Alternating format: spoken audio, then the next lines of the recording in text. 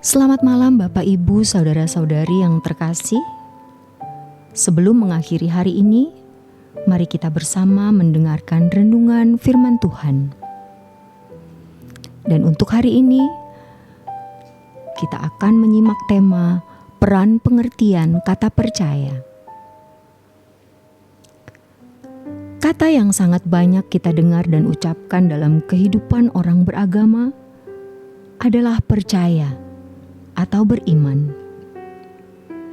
Kata ini paling banyak kita dengar dan ucapkan bukan hanya dalam lingkungan orang Kristen, melainkan juga di lingkungan orang-orang non-Kristen. Masing-masing agama pasti memiliki pandangan, persepsi, asumsi, definisi, dan format mengenai kata percaya atau beriman ini. Harus diingat bahwa setiap agama memiliki kitab sucinya masing-masing. Tentu saja, tidak ada kitab suci yang sama.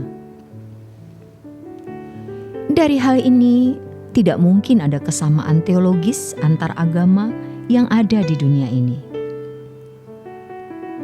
Perlu dimengerti pula bahwa penafsiran masing-masing individu terhadap Alkitab dalam lingkungan orang Kristen pun menjadi berbeda-beda. Pandangan teologi adalah sesuatu yang bisa sangat lentur dan relatif jika ditinjau dari subjek yang membangun teologi berdasarkan penafsiran Alkitab. Maka dari itu, dalam hal ini kita bisa mengerti bahwa pasti terdapat perbedaan pandangan dalam kehidupan orang Kristen. Dalam lingkungan orang-orang Kristen, setiap orang Kristen, teolog, pendeta, dan denominasi bisa memiliki pengertian yang berbeda tentang banyak hal. Namun demikian, hendaknya perbedaan-perbedaan tersebut tidak sengaja dibenturkan, apalagi diperuncing dengan perdebatan-perdebatan yang berakibat pada percideraan, permusuhan, dan perpecahan. Prinsip yang harus dipegang oleh orang percaya dalam hidup bersama sebagai anak-anak Allah adalah teologi memisahkan, tetapi kasih memeluk atau mempersatukan. Kalau ada seseorang atau kelompok yang sengaja mengobarkan perdebatan-perdebatan yang menyerang individu atau komunitas yang lain, bisa dipastikan bahwa individu atau komunitas penyerang pasti telah membangun teologi yang salah, sebab bagaimanapun perilaku seseorang mewakili teologinya. Perilaku seseorang adalah ekspresi atau pengejawantahan dari pengertiannya mengenai isi Alkitab.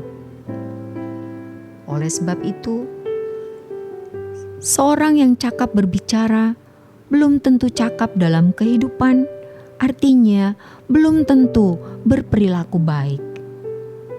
Maka, orang percaya tidak boleh terkecoh oleh kefasikan seseorang berbicara.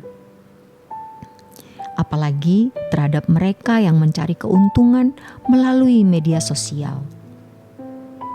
Sangat besar kemungkinan yang mereka kemukakan adalah sampah dalam tanda kutip yang dapat meracuni pikiran dan bernuansa menyakiti sesama, yaitu jika isinya adalah menyerang individu. Pola kehidupan seperti ini merupakan pola hidup anak-anak dunia yang tidak belajar mengenakan gaya hidup Tuhan Yesus. Kepada musuh saja mengasihi, apalagi kepada saudara seiman.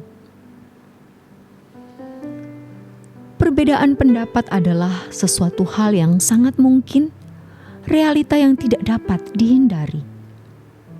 Dalam kehidupan bersama, tidak mungkin tidak terdapat perbedaan. Kita harus belajar menerima perbedaan dan memberi ruangan bagi orang lain untuk memiliki pandangan yang berbeda dengan kita. Kalau ada seseorang yang menganggap pandangan orang lain salah, ia dapat mengemukakan pendapatnya tanpa perlu kasar dalam tanda kutip, dalam menilai dan menghakiminya dengan kata-kata yang tidak patut, apalagi dengan menyebut nama orang tersebut. Ini adalah tindakan yang melanggar norma kehidupan anak-anak Allah. Tuhan Yesus tidak mengajarkan hal ini. Kita tidak pernah menerima otoritas ilahi untuk menyatakan seseorang sesat tanpa konfirmasi yang cukup dan fair. Hendaknya kita tidak merasa sedang membela kebenaran, sementara itu sebenarnya adalah monster dalam tanda kutip di dalam diri kita yang sedang bermanuver. Akhirnya, kita harus ingat bahwa kita semua akan menghadap tahta pengadilan di mana semua keberadaan kita akan ditelanjangi di depan semua orang. Sejatinya, pengertian terhadap kata percaya ini sangat menentukan kualitas kehidupan moral seseorang, dan kualitas moral seseorang sangat berperan terhadap seluruh aspek hidupnya.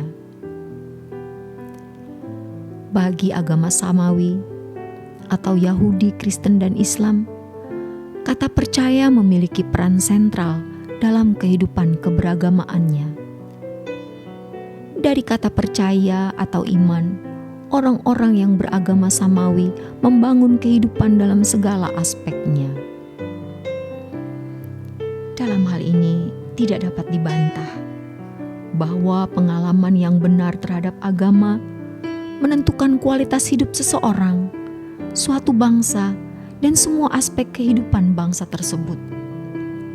Baik aspek kehidupan moral, sosial, ekonomi, budaya, politik, dan lain sebagainya. Kemakmuran atau kemajuan suatu bangsa diperankan pula oleh filosofi bangsa tersebut, dan filosofi suatu bangsa sangat dipengaruhi dan ditentukan warnanya oleh keyakinan agamanya.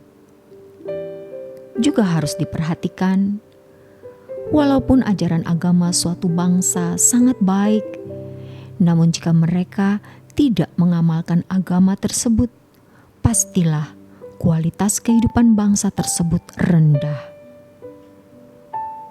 Tetapi kalau suatu bangsa menunjukkan fanatisme agamanya dan ternyata kualitas hidup masyarakatnya rendah, maka bisa dipertanyakan kebenaran keyakinan agamanya.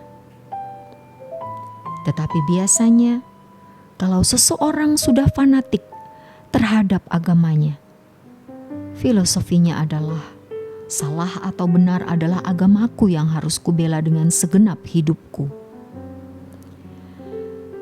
Biasanya orang-orang seperti ini sulit untuk bisa bermoderasi, beragama, membangun sikap hidup beragama yang tidak cenderung ke kanan atau ke kiri. Pengertian kata percaya sangat menentukan kualitas kehidupan moral seseorang, dan kualitas moral seseorang sangat berperan terhadap seluruh aspek hidupnya. Demikianlah renungan malam hari ini. Kiranya renungan ini memberi pencerahan bagi kita semua. Tuhan Yesus memberkati. Selamat beristirahat dalam berkat Tuhan.